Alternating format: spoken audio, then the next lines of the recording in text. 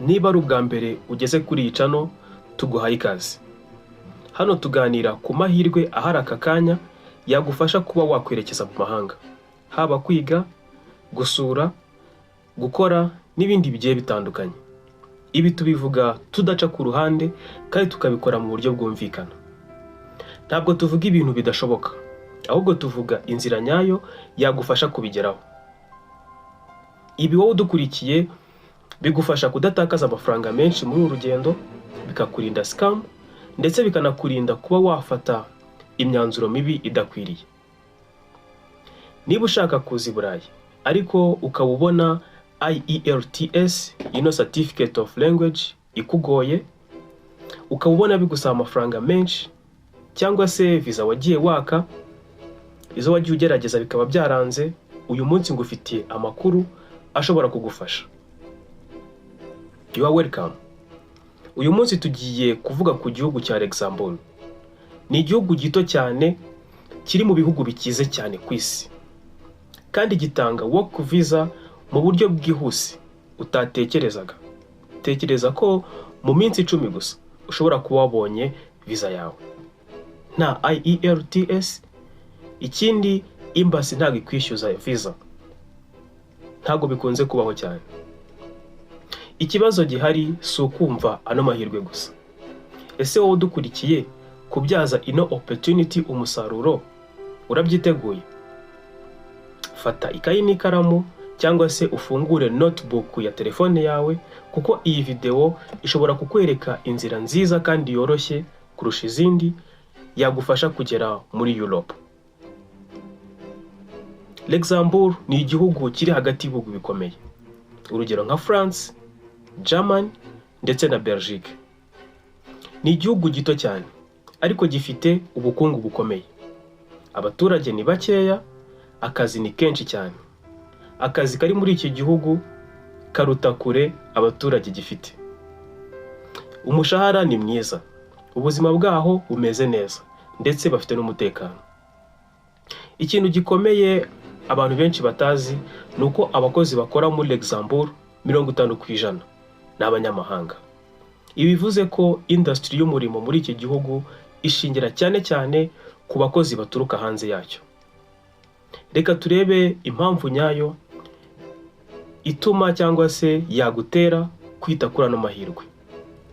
Iya mbere, umushahara mwiza.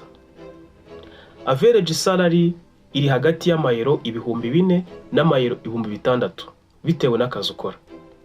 Nk'akazi ka cleaning ho ku kwezi ushobora guhembwa amayero 2,200 kugeza ku mayero 2,800. Can you imagine? Leta yatangaje ko bakeneye abakozi benshi cyane muri uyu mwaka. Ibi bivuze ko amahirwe ahari yo kuba waba selected ni menshi, competition yo kubona akazi ugereranyije na UK ndetse na Canada iri hasi cyane. Ikindi kintu cyatuma uhitamo Luxembourg, visa yabo irihuta. Kuno wa applyinga ugategereza amezi menshi 8 kuzamura, Luxembourg yo ntago ariko bimeze. Iyo employer amaze kuguha cyangwa se kwakira dossier yawe neza akayitanga, visa ishobora kuboneka mu minsi 10 gusa. Zirikana ko kugira ngo visa yawe iboneke mu gihe gikwiriye, nuko ibisabwa byose bigomba kuba byuzuye 100%. Nta IELTS isabwa. Ikindi ushobora gukoresha indimi zitandukanye, urugero nka English cyangwa se French. N'ikidage ubaye ukizi ni sawa cyane kuko kirakoreshwa muri iki gihugu. Uku kwakira indimi zitandukanye muri iki gihugu cya Luxembourg bituma abantu benshi harimo n'abava muri Afrika babona amahirwe ku isoko ry'umurimo waho. Process yose ikorerwa online, kandi nawe udukurikiye ushobora kuyikorera ku giti cyawe. Iyo ubihaye umwanya wawe ukabyitondera, ushobora kuzigama amafaranga menshi kandi process yawe ikagenda neza. Nkuko nabikubwiye hagati muri iki kiganiro, embassy ya Luxembourg nta mafaranga bagusaba kuri type D visa, ariyo iyi ngiyi ijyanye n'umurimo. Icyo ukora wishyura resident permit iyo ugezeyo. iyi ngiyi igura amayero 80 gusa. Nyuma y'imyaka 5 ushobora gusaba permanent resident ya EU. Icyo ugomba kumenya, nta visa ushobora kubona utarabona employer.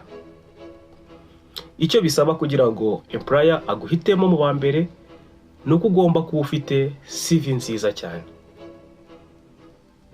Ikindi nakugiraho inama wowe ushaka kugerageza n'amahirwe, ndagusigira link muri video description iriho utuzi tugiye dutandukanye, ujye ugerageza gukora applications nyinshi ku tuzi dutandukanye bikongerera amahirwe. Imirimo myinshi ndi buguhe cyangwa se hari kano kanya isaba experience. Urugero nka warehouse, cleaning, construction na hospitality. Ugomba rero kugira experience cyangwa se skills muri iyi mirimo. French cyangwa se German language birafasha cyane ku bantu babizi. Nubwo IELTS idakenewe, ururimi ni advantage ikomeye cyane. Iyo uyifite usiga abantu benshi, kuko bituma employer abona ko mu gukorana nawe communication izaba yoroshye. Mu gihe uri gukora application ujye uzirikana ko nta employer cyangwa se nta mukoresha wa nyawe ukwaka amafaranga mu gihe cyo gukora application. Tugishyira mu mutwe, wirinde abashobora gukurya amafaranga. Tegura CV yawe neza cyangwa se utwandikire kuri nimero ndi busige muri video description tugufashe kubikora kinyamwuga. CV ni ngombwa, igomba kuba iri mu Cyongereza cyangwa se mu Gifaransa, iri simple kandi iri professional. Step ya kabiri, shakira akazi ku mbuga zemewe. Reba kuri official government portal. Ya mbere, EJOS, European Job Mobility Portal. Ndagusigira link muri video description. Niba uri gushakisha umukoresha ukoresheje LinkedIn, gerageza kureba umukoresha uri verified. Ntago abakoresha bose batanga akazi muri Luxembourg baba ari verified.